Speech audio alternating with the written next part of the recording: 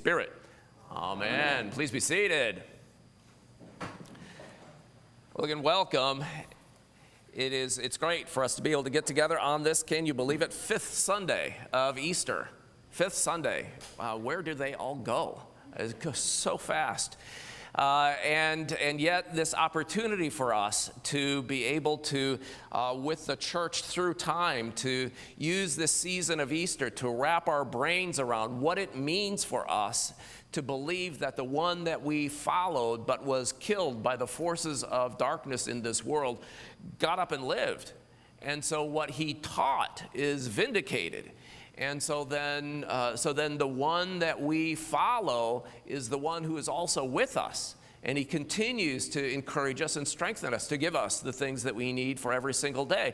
So it takes, just 40 days for us in the season of Lent to prepare for the crucifixion of Jesus, 50 days for us to prepare ourselves to get our minds in the place of understanding what it means for Jesus to be raised from the dead. And so then this season, we look at these teachings about who it is that Jesus is as he both comes and visits in his appearances to his disciples, and then also that he teaches about who he is in relationship to us. And so we have today the second of the great I am passages. Last week was I am the Good Shepherd. And so we talked about what it meant for Jesus to be the shepherd for us, the one who protects and guides and directs us. And for this Sunday, it is I am the true vine. I am the true vine and you are the branches. I am the true vine and you are the branches. And so we have to kind of, again, like the Good Shepherd, we have to kind of get into first a little bit about Middle Eastern agriculture and understanding what that meant for them. Because the vine was all over the place. I mean, there were vines every place. It probably is, along with bread, it is probably one of the great symbols of the faith for people who were come to terms with who this God is. So vines grow all over the place. And if I think, when I was in college. I spent a summer in Israel, and we were doing construction work. We were staying at a residential boys' home, but the boys were all gone for the summer, and so we stayed in their residential facility, and we would go out and we'd do construction during the mornings and in the evenings or in the afternoons. But we would come back, and if you went to the back of the house, there was this big trellis of grapes that were just hanging there, and it was the perfect season. And so as young guys and gals, having gone out and worked in the heat of the day, to come back and to just be able to pluck those grapes, they were big and they were juicy, they were just sweet and delicious, and it would just give you a burst of energy as you ate them. I don't think I've ever eaten a grape that tasted ever so sweet as those grapes did. Those grapes meant sustenance. It meant strength for the people who were working there, and it also was a symbol for them of the people of God. To be the people of God meant to be part of this great vine. So if you look into the Old Testament, you could see at the very end of the book of Genesis, it talks about the line of Judah, who eventually produces Jesus. The line of Judah, this lion of the faith. He's described as the vine that brings life and lineage into the people of God. And then as the people of God lost their way, they were described as an unfruitful vine, a vine that didn't produce any fruit, that was unruly and unkept by a gardener. And so all of its opportunities for bearing fruit were dissipated. And so now we come to this time of Jesus where he is the great reformer, and he says, now I have come as the true vine. I'm the one who's come in order to be able to reestablish the vitality of the people of God. I'm the true vine, and you are the branches. And the goal is for you to produce much fruit, much fruit. And so then we ask the question, so what is this fruit? What is this fruit that is so sweet and brings such vitality? What is that fruit? Well, if we look at the epistle lesson for today, and we look at also this lesson, so we'll go on next Sunday into kind of filling it out even more. It's one of the great love chapters in the New Testament. And so it's clear that it is by love we bear this fruit as that allows people to receive their sustenance and their encouragement. So we, the people of God, as we just live our life, as we're plugged into this great vine where there's this surge of life-giving power through the sap of the vine, we just naturally, because we're plugged into who Jesus was, we just naturally produce his love for the people who are around us. It's just what we do. We don't have to think about it. We don't have to plan it. It just naturally comes from us as we live this life that is plugged into the vitality and the energy of Jesus. But then he has two warnings or two counsels. He says there are two conditions in order for that to happen. One is that you have to remain in me. You have to remain in me. You can't just kind of go off on your own. You have to remain in me. You have to continue to remember that you are plugged into me and not to something else. And when you think about it, there are lots of challenges, both in Jesus' day and also in our day, when it's tempting to become unattached. It's tempting to be unplugged from this great vine of ours. So I think of the virus that we've experienced and the trauma that it's been. So many of us just feeling unconnected, unplugged to the church, to our relationship with Christ. We're just feeling oftentimes just kind of left alone, and so we're cast about to just kind of, we don't have any roots. We have no connection with anybody. We begin to feel more like a tumbling tumbleweed, that just kind of gets blown by the wind, that just kind of goes wherever. But our resurrected Lord is always with us. He's always with us. And so then this need for us Jesus says, through his words, the words that he's given to us, to be able to stay connected and to constantly make it the central priority of our lives, to be connected to him, to remind ourselves that we are his and that his life flows through us in order to be able to produce the fruit that brings life and energy and sustenance to the people who are around us. But we need to remember, we need to be constantly reminding ourselves that he's the source of our strength, and we are not rootless. We're his. When we were living in Pennsylvania, it seems like we've had a series of dogs that have been our pets, that have lived with us. They've all had their own kind of positive qualities and their own challenging qualities for us as owners. But one particular dog I've talked about before was Clive, and he was a big horse of a yellow lab, and he was just big. He was big enough so that he would, if we left dirty dishes in the kitchen sink, he could put his front paws up on the edge of the kitchen sink and pull the dirty dishes out and then lick them clean. Well, I mean, I kind of like the idea of somebody else doing the dishes for us, but having a dog do them was a little stretch. So we had to take care of the dishes. But labs just love people. I mean, they just love people. And they like being around people. And so this big dog would always be there. And so wherever the action was. And so on one particular day, I was at home working. And the kids were gone, and Darla was gone, and I was there by myself. And so I sat down on the couch to work on whatever it was, with a book or something.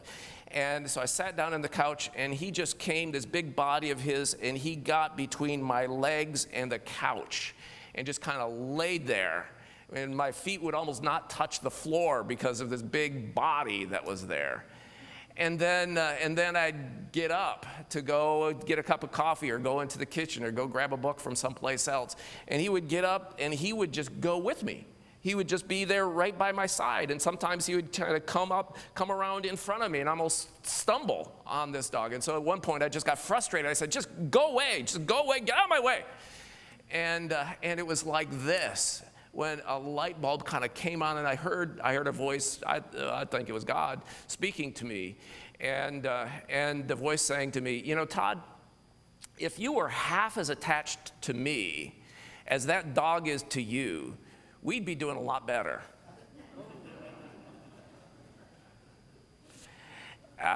And so your dog becomes your spiritual director, right?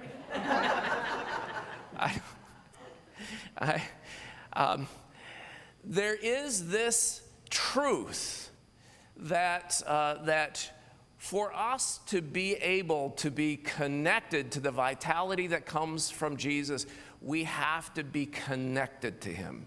We have to remain in him. We have to abide in him. The number of times in this lesson that the word abide occurs just underscores the fact that for us, we need to have this regular, daily, almost hourly discipline of reminding ourselves that he's the one who's our companion, the source of our energy, the source of everything that we have that comes from him. And so we don't have to look for other sources of that energy or love to come to us.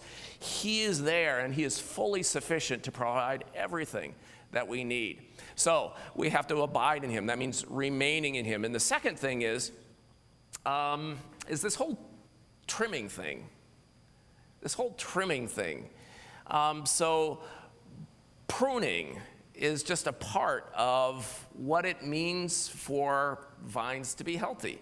So Jesus is referring to the fact that, and horticulturalists know it, everybody knows it who has fruit trees, certainly, and other trees, that if you don't prune, then growth goes off in all kinds of directions. And so the sap gets dissipated and the produce will be less than it would have been otherwise. And so that means that the horticulturalist needs to come along and needs to trim. Now that seems like, to an observer, that seems like a cruel thing to do. But there are some things you got to trim way back, right, in order for them to continue to be really healthy. And so it is part of what our gardener does for us is to help us so that we can be as healthy as possible and as fruitful as possible by pruning back the things that are distractions and that take away the good things that really can be ours. Now, so, I mean, you have to kind of think about in your own life, what are the things that probably are not bad in themselves, but what are the things that probably are unfruitful? They're scattered. They're places where we've made time and attention and have distracted us in ways that keep us from being the kinds of people that God would want us to be, that are really fruitful, that are able to produce the love and the gifts of the Holy Spirit that would really help to be able to change people's lives. So, we can think of just entertainment, kinds of distractions, the amount of time that we watch television, the amount of time that we spend on social media, sports, video games, the numbers of hours that people spend in video games. In fact, for the first time, as people have done surveys, what are the causes of divorce in your relationship, as they've asked young couples, and beginning to show up on the list is video games.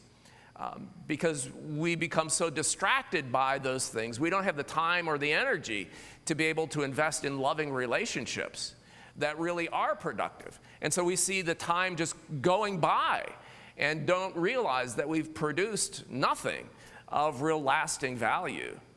And what about worry? Worry? Are you a worrier? Not warrior, worrier. So for some of us, worry is a hobby. new things to worry about, new ways. There was a study that was done recently that 85% of people have confessed that worry was an issue in their life. And of people who worry, as they did the research, they in general spent an hour and 50 minutes every day worrying. So non-productive use of time and energy worrying about things that they cannot change. An hour and 50 minutes. If you live to the age of 65, you've spent 5 years of your life worrying. 5 years. That's sobering, is it? Psychologists tell us that we worry because it makes us feel in control. But it's an illusion. We just worry about, and nothing changes, and it keeps us from doing things that are productive. So the Spirit of God is inviting us to trim back, to prune those places that are not productive for us, to be able to, in prayer with Jesus, to be able to go through these places of investment and to recognize that my time and energy is valuable because I can produce fruit for my family and fruit for the other people who are around me that will give them strength and energy, that will bring joy to me if I trim back these other things that may not be bad in themselves. They may be fine, good, and yet distract from things that are genuinely productive. Jesus says he is the true vine, and as we remain in him, as we reinforce our connection with him, and as we trim back the other things that are distractions in our lives, we are able to be fruitful, to produce a bounty of love, joy, peace, patience, kindness for the people who are around us that genuinely will change our lives and change the lives of other people. What is there that is more important for us than that? John, the beloved disciple, you remember, was one of the only disciple who lived to an old age, and he himself had disciples. And there was one young guy who was studying under him, and John was teaching, and this young guy just raised his hand, and he was just in frustration. He said, I don't understand. He says, all that you talk about is love. You talk about God's love for us and our love for God and our love for other people and other people's love for us. When are we going to move on to something else? And John said, well, there is nothing else. Just love. Love. Love.